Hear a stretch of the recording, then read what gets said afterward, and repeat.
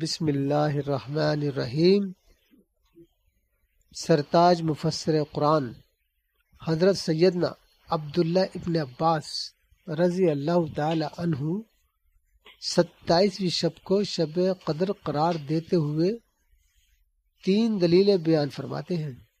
Number 1، لیلۃ القدر کے الفاظ 9 حروف پر مشتمل ہیں، اور یہ الفاظ اس سورہ مبارکہ میں 3 مرتبہ آئے ہیں، جن کا مجموعہ 27 بن جاتا ہے۔